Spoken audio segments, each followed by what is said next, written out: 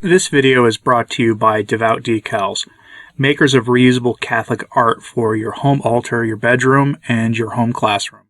Back during the summer, I gave you a report here on an address Father Altman gave to a Catholic conference. It was very impassioned, and he used some fairly strong language. Strong enough that I couldn't really show the video in really great length because it may have actually tripped YouTube's strong language censors, which could have caused a lot of problems. He, in that video, said that Francis was not the Pope. Now, a lot of people pointed out, I think in a way to sort of cope with what they were hearing, that he said Francis was not a Pope. People then tried to say he was saying that he's not a good father, but he wasn't denying that he was the Pope. Well, a new video came out with Father Altman, a very clearly scripted video, much calmer, and I'll have some lengthier clips here for you from it, and I will have it linked in the pinned comment here, as well as in the on my sources blog at returntotradition.org. There should be an arrow on your screen showing you the name of that website, where you can find the full video to watch for yourself. And yes, he goes over 20 heresies of Francis, and he says that Francis is not the Pope. In fact, the video is called Bergoglio is Not the Pope. There's a title on the screen right there for you, a screenshot of it from YouTube. And I'm going to let him do a lot of the talking here himself because, quite frankly, you shouldn't take my word for it. You should go and watch the original video. But I want to go over here a little bit for you what it is for those who don't have the time to do it immediately. So here in the first clip, he says that he is not a pope. He uses that language again, and we will get to what that means here in a moment. But here is Father Altman basically repeating himself from the first address that caused a lot of trouble. And moreover, Trent continues, now listen closely. Listen very closely, dear family, as if your eternal salvation depended on it, because it does. Trent continues, moreover, if anyone shall presume to teach, preach, or obstinately assert, or in public disputation defend the contrary, he shall be eo ipso, by the thing in and of itself, excommunicated. And for the record, dear family, get this straight. When the dogmatic Council of Trent said anyone who presumed to teach or preach otherwise than this truth shall be automatically excommunicated. And dear family, that anyone includes any priest, any bishop, any cardinal, and any pope. The voice of truth exposes the truth that Jorge Bergoglio is not a pope. Now listen and understand, dear family, the simple facts that make for an open and shut case against Jorge Bergoglio, and not just Jorge Bergoglio, but all his complicit cronies in the hierarchy. It's a simple way to understand this. Let us begin by asking a simple question. Can the Dalai Lama be a pope?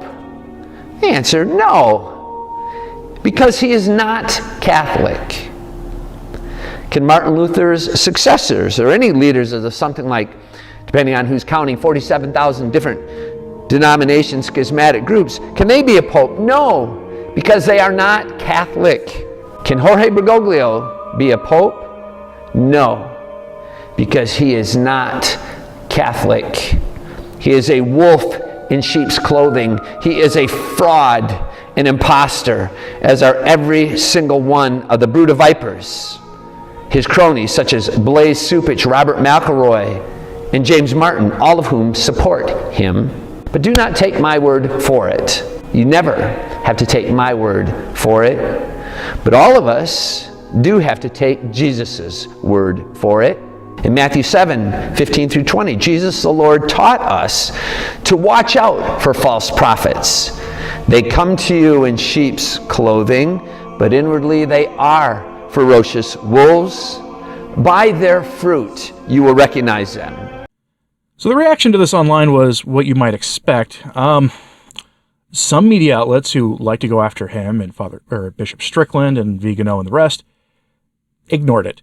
Others who are, kind of in the conservative sphere did not like this at all. They had called him fringe, said they always knew he was a fringe actor, that sort of thing. But yes, in that clip he says Bergoglio is not a pope. Don't worry, he clarifies it for you more in the next clip. But you do see what he's doing here. He's sort of beginning to lay out the case, and he goes on from there to invoke the emperor's new clothes and how there was this absurd sort of example of groupthink, and how it really took like the innocent mind of a child to point out that the emperor's new clothes didn't exactly exist. But he goes from there, and he goes and talks about how in the full video about what the Council of Trent says on this whole matter here. And he goes on further with the words of Jesus. Again, I recommend you watch the full video for yourself, but many will say, Anthony, he said Bergoglio's not a pope. He didn't say he's not the pope. Huge difference. Again, the next clip will clear that up for you, and we'll get there in a moment. He proceeds to go over the crimes of the bishops. One of the reasons I can't show you this is because he uses his, we'll call it, extremely all-American blunt language. That his style is very blunt. Too blunt for our hosts. But he goes over the crimes of some of the bishops. McCarrick, priests like McCarrick, closing of our parishes during 2020 and 2021, teaching false things that have led to the apostasy of many. Jesus warns us of false teachers, that they will come among us to teach destructive heresies, and how many will follow their evil teaching and evil actions and will harm the faith and undermine the church. The time will come will people not follow sound doctrine and will accumulate false teachers among them and stop listening to the truth. He goes over that, and he actually quotes the scripture references verbatim there. And then he invokes essentially the infiltration thesis. He never mentions Dr. Taylor Marshall, but he does say that Satan will infiltrate the church, that he will use his influence to corrupt many priests and bishops and use them to teach false things with the aim of leading souls astray. Some of the false things that we see now in our time, that anyone can receive the Eucharist regardless of their state. Francis himself said that he has never denied anybody Holy Communion. The advocacy for the James Martin sin we see going on now. Pastor Jimmy Martin of the Jesuit Church has a whole new book out there where he twists our Blessed Lord's words to be an advocacy for the James Martin crowd. It's remarkable what he's doing. As well as, of course, not only the toleration of the Moloch worshippers, but actually basically refusing to bring the law of the church onto people who engage in such heinous evil advocacy as them, etc., etc. And what do we see, what to do when we see figures like this, these evil teachers in the church? His advice is to, shun them, but really, his advice is to say, the church tells us what to do. Trent, the Council of Trent, teaches us that these figures have excommunicated themselves already. So what are we to do? Council of Trent answers, and Father Altman answers here in this next clip. We actually do not have to do anything about them, these false shepherds, because as the dogmatic Council of Trent has handed down to us, they already have automatically excommunicated themselves. So, dear family, it's time now to summarize Jorge Bergoglio's new clothes. Whereupon we can conclude, as we should, he is not the Pope. From the moment Jorge Bergoglio walked out onto the balcony for the first time, from the moment Bergoglio rehabilitated his BFF Theodore McCarrick, leading up to the summer of shame of 2018, when the Catholic Church was made the laughingstock of the world, and Catholics left the church in droves. From the moment Bergoglio had his bishop buddies bring the pagan goddess, the Pachamama, into St. Peter's and set it down in front of the altar, and then held a worship service in the garden. From the moment Bergoglio said the Ten Commandments were not rigid, even though they were carved by the finger of Almighty God himself in stone. And he goes on like that. That's only a few of the clips, the heresies that he goes over. He goes over about 20 of them. Have you heard of him for yourself? Bergoglio is not the Pope. I'm going to remind you, he put this video up himself. The channel is called Father Altman Talks, and it's right there on your screen once again. That is the name of the channel. That is the name of the video. He put it up himself. He says, Francis is not the Pope. not just not a pope. In that way that some of you argued before, that he could not be, that he was saying Francis was not a pope, meaning he didn't act like one, he didn't comport himself the way that would be appropriate for one, that he's just bad at his job. That is not what Father Altman is saying here. That's not what he means. He is saying that Francis is not the pope. Now, some of you will say that means he is a sedevacantist. Until he comes out and says that he is a sedevacantist, I will not call him that, because sedevacantism is a specific position to take.